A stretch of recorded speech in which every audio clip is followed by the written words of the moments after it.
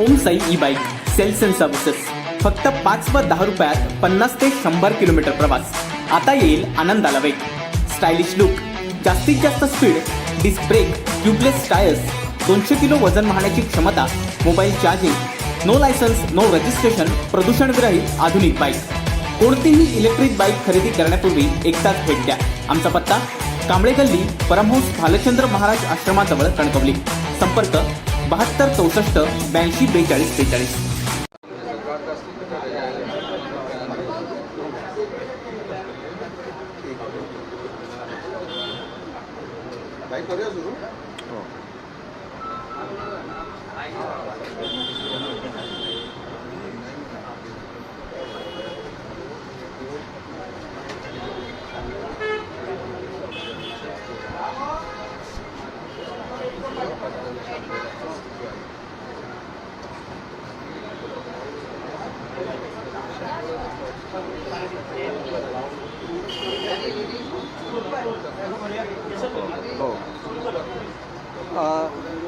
मी ज्या वेळेला मुलाखती दिलेल्या आहेत त्या वेळेला मी सांगितलेलं आहे की कोर्टामध्ये ज्या वेळेला एखादी मॅटर चालू असते त्यावेळेला त्याच्यावर कोणीतरी आपलं मतप्रदर्शन करणं किंवा वेगळं त्या ठिकाणी दिलेल्या निर्णयांचं वेगळं विपर्यस्त असं छापून येणं, कुठल्या मीडियावर छापून येणं किंवा न्यूजपेपरवर छापून येणं हे चुकीचं असतं. आणि आपण बघितलेलं आहे की एका भाषणामध्ये स्वतः चीफ जस्टिस साहेबांनी सुद्धा म्हटलेलं आहे की अशा रीतीच्या मीडिया ट्रायल्स होऊ नये. तर याचा मान सर्वांनीच ठेवावा अशी विनंती आहे. विशेषतः मी स्वतः कधीही कुठलेही कॉमेंट्स केलेले नाही की काय कोर्टामध्ये चालू आहे, पण आज काही ठिकाणी बातम्या प्रसिद्ध होत आहेत आणि त्याच्यामुळे प्रत्यक्ष ऑर्डर कोर्टामध्ये काय झाली ती अशा स्वरूपाची होती की डेट जी फिक्स केलेली आहे इलेक्शन कमिशनने ती 8 तारीख आहे आणि पिटिशनरना वेळ वाढून पाहिजे आहे. तर त्यांनी वेळ वाढून मागितलेल्याच्या संदर्भात आपण निर्णय द्यावा, याचा अर्थ त्यांना वेळ वाढवून द्यावा असा अर्थ होतो. परंतु मग चिन्हाच्या संदर्भात वगैरे अशा स्वरूपात बातम्या छापून आलेल्या आहेत. असं कुठेही कोर्टामध्ये म्हटलेलं नाही आहे. पिटिशनरला वेळ वाढवून द्यावा, ते वेळ मागणार आहेत आणि त्यांना वेळ वाढवून द्यावा अशा स्वरूपाची ही ऑर्डर आहे. तर त्यांनी ते कन्सिडर करावं अशा स्वरूपाची ही ऑर्डर आहे. असं असताना वेगवेगळ्या बातम्या येणं हे चुकीचं आहे. आणि म्हणून नेमकं जे बोललं जातं आणि नेमकी जी ऑर्डर आहे तीच मीडियामध्ये सुद्धा आली तर मग लोकांमध्ये कन्फ्युजन निर्माण होत नाही. दुसरं आहे की कोणालाही घटनातज्ज्ञ म्हणून घ्यायचं आणि त्यांचं मत हे प्रदर्शित केलं जातं निर्णयाच्या संदर्भात. तर असं सुद्धा करणं जर अवॉइड करता आलं तर ते चांगलं होईल असं मला स्वतःला वाटतं. त्यांनी प्रतिक्रिया देणं आणि त्यांनी निर्णय काय होईल हे सांगणं ह्या दोन वेगवेगळ्या बाबी आहेत. त्याच्यामुळे ज्यावेळेला कोर्टामध्ये एखादी मॅटर चालू असते त्यावेळेला त्याच्यावर कुठलीही प्रतिक्रिया किंवा त्याच्यावर काही सांगणं हे योग्य नसतं असं हे माझं म्हणणं नाही. देशातल्या जे सर्वोच्च ऑथॉरिटी आहे त्यांचं हे म्हणणं आहे. आणि त्याच्यामुळे ते तुम्ही बघितलं ते छापून आलेलं आहे. मीडिया टायर्ड होऊ नये असं त्यांनी म्हटलेलं आहे. तर महाराष्ट्रामध्ये एवढं तरी मी अपेक्षा करू शकतो की नेमकी जी ऑर्डर होती ही ऑर्डर जशीच्या तशी लोकांच्या समोर यावी एवढंच मी म्हटलं. आणि मी काय म्हटलेलं नाही जसं की मला या संदर्भात आणि काय बोलायचं नाही. आतापर्यंत तथ्य काय तुम्ही केस पूर्ण नाही केसच्याबद्दल मला काहीच म्हणायचं नाही आहे. इलेक्शन कमिशनच्या संदर्भात जे म्हटलेलं आहे ते एवढंच म्हटलेलं आहे की जे पिटिशनर आहेत आणि ते पिटिशनर वेळ मागतील तर त्या संदर्भात त्यांना वेळ वाढवून देण्याच्या संदर्भातलं तेवढंच म्हटलेलं आहे. याच्या पलीकडे आणि काही त्या ठिकाणी ऑर्डर झालेली. सर, निवडणूक आयोगाची सुनावणी किंवा ते तुम्हाला जे सबमिशन द्यायचं होतं ते 8 तारीख ठरलेली होती. हो बरोबर आहे. हो. त्या संदर्भात नेमकं काय आक्षेप आहे? नाही त्यांचे पिटिशनरचं म्हणणं काय होतं म्हणजे त्यांचे जे वकील आहेत त्यांचं म्हणणं होतं की आम्ही आणि वेळ वाढवून मागणार आहे तर आम्हाला ती वेळ मागून मिळावी. तर त्याच्यात सांगितलं की ह्यांनी वेळ वाढवून मागितली तर त्यांना ती देण्यात यावी. म्हणजे असं थोडक्यात अर्थ आहे. कन्सिडरचा अर्थ काय होतो it is as good as order की त्यांना वेळ वाढवून द्यावी. ह्याच्यामध्ये काहीच नाही म्हणजे कन्क्लुझिव्ह काही नाही. त्यांना वेळ वाढवून द्यावा एवढंच आहे. नाही आता मी सांगायला तुम्ही स्वतः बातम्या वाचून बघा. त्याच्यामध्ये काय येतं की चिन्हाच्या संदर्भात येतं किंवा इतर संदर्भात येतं.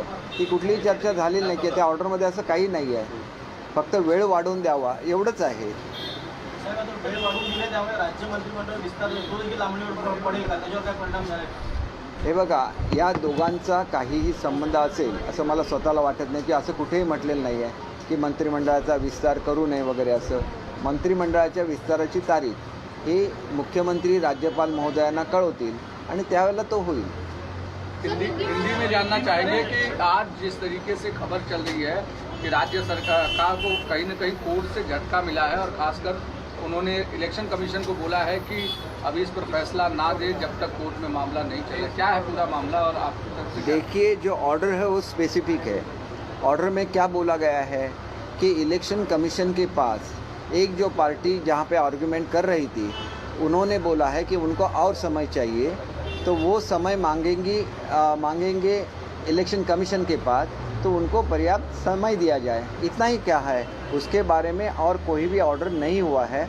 तो मैं इतना ही बोलना चाहूँगा कि जब कोर्ट में कोई मैटर चल रहा होता है तो जैसे बोला गया है वैसे ही उसका न्यूज़ भी आना चाहिए, उस पर कोई कमेंट्स भी नहीं आने चाहिए.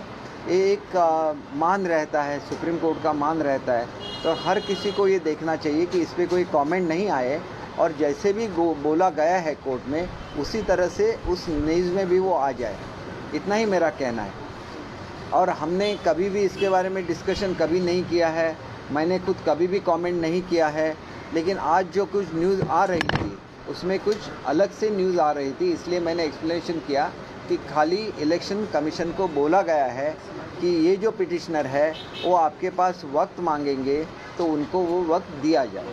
एक और सवाल है कि जिस तरीके से आज शिवसेना के कुछ नेता डीजीपी से मिलने गए और उन्होंने कहा कि इस राज्य के भीतर पुलिस यंत्रणा का दुरुपयोग किया जा रहा है सरकार की तरफ से हमारे कार्यकर्ताओं पर एक्शन लेने के लिए और एफआईआर रजिस्टर की जा रही है. देखिए, हर किसी को टॉप अथॉरिटीज़ को मिलने का हक है और जो भी उनको लगे वो कहने का भी हक है, लेकिन ये वास्तवता है या नहीं उसका निर्णय उस अथॉरिटी को करना है और उस पर उनको निर्णय करना है. तो डेमोक्रेसी में कोई भी जाके मिल सकता है डीजी जो पुलिस के हाईएस्ट अथॉरिटी है उनसे. और अगर कुछ एक आध आदमी ऐसा हो कि जिसको गलती से पकड़ा गया होगा तो उसे भी जस्टिस मिलना चाहिए. ऐसे हम लोग नहीं बोलते कि 10 लोग अरेस्ट होते हैं तो 10 में से 10 ही उनका कनेक्शन है. जिनका भी कनेक्शन होगा उनको उन पे एक्शन होना चाहिए. ये तो उनका कर्तव्य है कि उन पे एक्शन लेना. सर, शिवसेना नेत्यांकडून ही टीका करण्यात येते की पायाखालची वाळू सरकल्यामुळे अशा प्रकारच्या शिवसैनिकांवरती आता खोटे गुन्हे टाकले जात आहेत. वाळू सरकणार कशासाठी? वाळू सरकण्यासारखं काय झालेलंच नाही आहे. उलटं तुम्ही बघा की ह्या ठिकाणी सगळं महाराष्ट्राची जनता ही एका बाजूने आहे, तर वाळू सरकणार कशाला? वाळूच्याऐवजी मला असं वाटतं की सर्व जनतेने मुख्यमंत्री उपमुख्यमंत्र्यांचं कौतुक करतायत. रोज हजारोंच्या संख्येने लोक भेटायला येतात. ज्या ज्या ठिकाणी जात आहेत त्या ठिकाणी हजारोंच्या आणि लाखांच्या संख्येने लोक जमत आहेत. तर हे आपल्यातला मुख्यमंत्री असला किंवा आपल्यातला मुख्यमंत्री असले जे सर्वसामान्य लोकांना भेटतात, सर्वसामान्यांच्या कागदावर लिहितात. वैशिष्ट्य त्यांचं असं आहे की कोणाचा घेतलेला कागद आणि पीएकडे असा दिला असं नाही, त्याच्यावर ते लिहितात, खाली सही करतात आणि देतात. नुसते आलेला अर्ज दुसऱ्याकडे सरकवला असं मी कधीही त्यांच्या बाबतीत बघितलेलं नाही आहे. आणि त्याच्यामुळे लोकांना समाधान वाटतं की कोणीतरी आमचं ऐकून घेतं. राज्याचे प्रमुख आमचे आहेत, राज्याचे प्रमुख हे सर्वसामान्य लोकांचे आहेत. ही भावना एक सुखद भावना असते आणि ती भावना जर महाराष्ट्राची जनता अनुभवत असेल तर त्याचं कोणाला वाईट वाटत असेल आणि त्याच्यासाठी जर ते असे तुम्ही सांगितलेले शब्द वापरत असतील तर तो बघणाऱ्याचा दोष आहे. केसरकर साहेब, मुख्यमंत्री सक्तीचा त्यांना आराम करायला सांगितलं डॉक्टरांनी. उपमुख्यमंत्री तातडीने दिल्लीला रवाना झालेले आहेत. यामुळे मंत्रिमंडळ विस्तार पुन्हा एकदा लांबणीवर पडण्याची शक्यता आहे का? तुम्हीच म्हणाला होतात या आठवड्यात मंत्रिमंडळ विस्तार होणार. मी 100% म्हणालो होतो की 4 दिवसामध्ये मंत्रिमंडळ विस्तार होईल. मला ज्याप्रमाणे वरिष्ठ सांगतात, मी प्रवक्ता आहे, मी काय निर्णय घेत नाही कुठल्या तारखेला मंत्रिमंडळ विस्तार व्हावा. ज्यावेळेला मला सांगण्यात आलं होतं की 4 दिवसामध्ये मंत्रिमंडळाचा विस्तार होईल, मी ती बातमी जशीच्या तशी आपल्याला सांगितलेली होती. आणि त्याच्यानंतर 4 दिवसानंतर आपल्याला माहिती आहे की रविवार येत होता. आता काही कारणामुळे त्यांना एखाद दुसरा दिवस वाढवायला लागला, तर त्याच्यामध्ये चुकीचं काही नाही, तो त्यांचा अधिकार आहे. आणि त्याच्यामुळे मुख्यमंत्री महोदय ज्यावेळेला राज्यपाल महोदयांना कळवतील की आज विस्तार करायचा आहे त्यावेळेला तो विस्तार होईल आणि तो लवकरच होईल, याच्याबद्दल कुठल्याही मनात शंका बाळगू नका. कोर्टाची चालू असलेली केस मंत्रिमंडळ विस्तारासाठी अडथळा आहे का? कोर्टाच्या हे बघा, याच्यामध्ये 1-2 दिवसापेक्षा जास्त आणि वेळ लागावा असं मला स्वतःला वाटत नाही. आणि समजा त्यांना उद्याच करायचं असेल तर त्यालासुद्धा कुठलं बंधन नाही आहे. शेवटी ते त्यांच्या मनावर आहे. आणि त्याच्यामुळे शेवटी असं असतं की याद्या ज्यावेळेला फायनल होत असतात त्यावेळेला दिल्लीच्या फ्रिक्वेंटली व्हिजिट्स करायलाच लागतात. ज्या वेळेला एवढ्या वेळेला दिल्लीला जातं आहे त्याच्या अर्थी तुम्ही समजलं पाहिजे की याद्या जवळजवळ फायनल होत आलेल्या आहेत. सर कल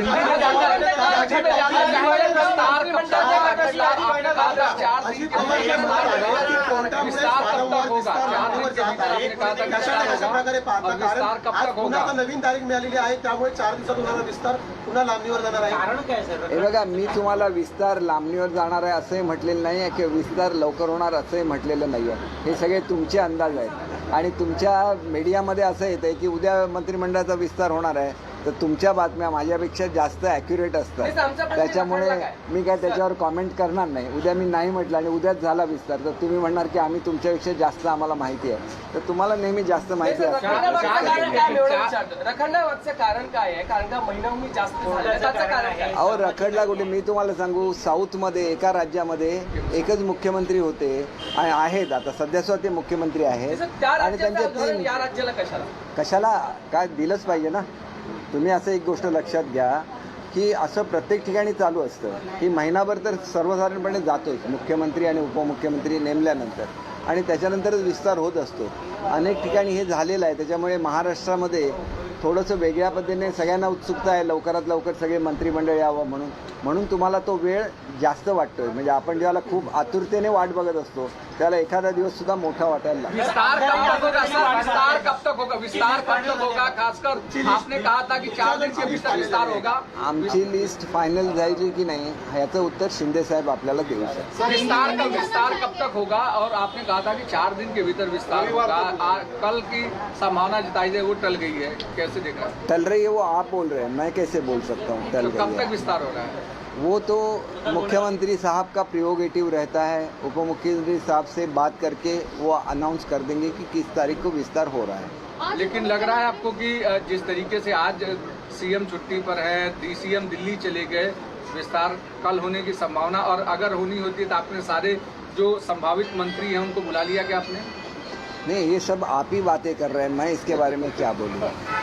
आप मुझसे ज़्यादा जानते हैं इसलिए आप ही सब बातें करते हैं और लोग भी आप में ज़्यादा विश्वास करते हैं. मैंने तो एक छोटी सी चीज़ बताने के लिए एक प्रेस कॉन्फ्रेंस ली थी कि जो कोर्ट में जैसे ऑर्डर हुआ है उसी तरह से उसको मीडिया में भी आना चाहिए और ये आना ही योग्य है, ऐसे मेरा कहना है.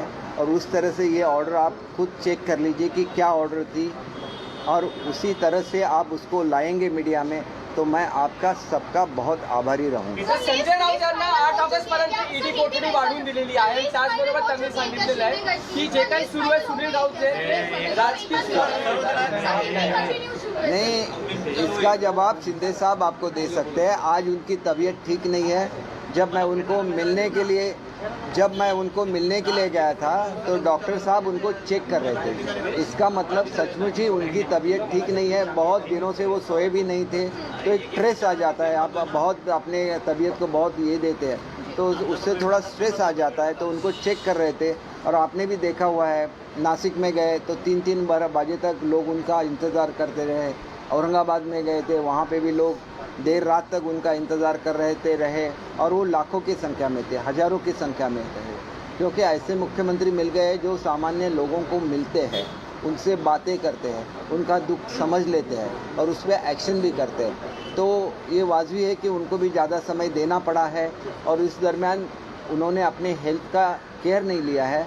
तो इसके लिए ऐसे जो रहते हैं नेता तो उनको चेक करना पड़ता है उनकी आरोग्य के बारे में. वही वो जनरल चेकअप था और उनको डॉक्टर ने बोला है कि एक आध दिन आप ये लेंगे, रेस्ट लेंगे तो आप बिल्कुल. सर, लेकिन 10 तारीख से पहले हो जाएगा मंत्रिमंडल विस्तार? 10 तारीख से पहले होने की संभावना है? आप हमेशा मुझसे बुलवा लेते हैं और फिर मुझे से पूछते हैं कि वो क्यों नहीं गया। ये बोलना अच्छा नहीं है।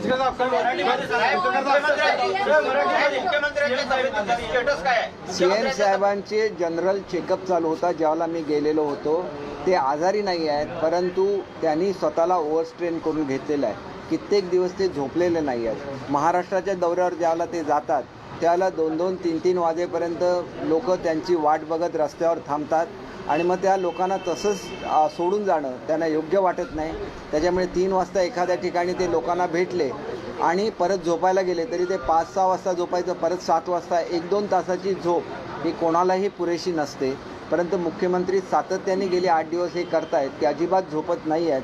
तर कुठेतरी त्यांनी आपल्या जर तब्येतीची काळजी घेतली तर ते लोकांची अधिक चांगली सेवा करू शकतील असं माझं व्यक्तिगत मत आहे, जे मी त्यांना बोलून दाखवतो. सर, कल कैबिनेट की बैठक में एक बड़ा फैसला महाराष्ट्र विकास की आघाड़ी को और झटका लगा है.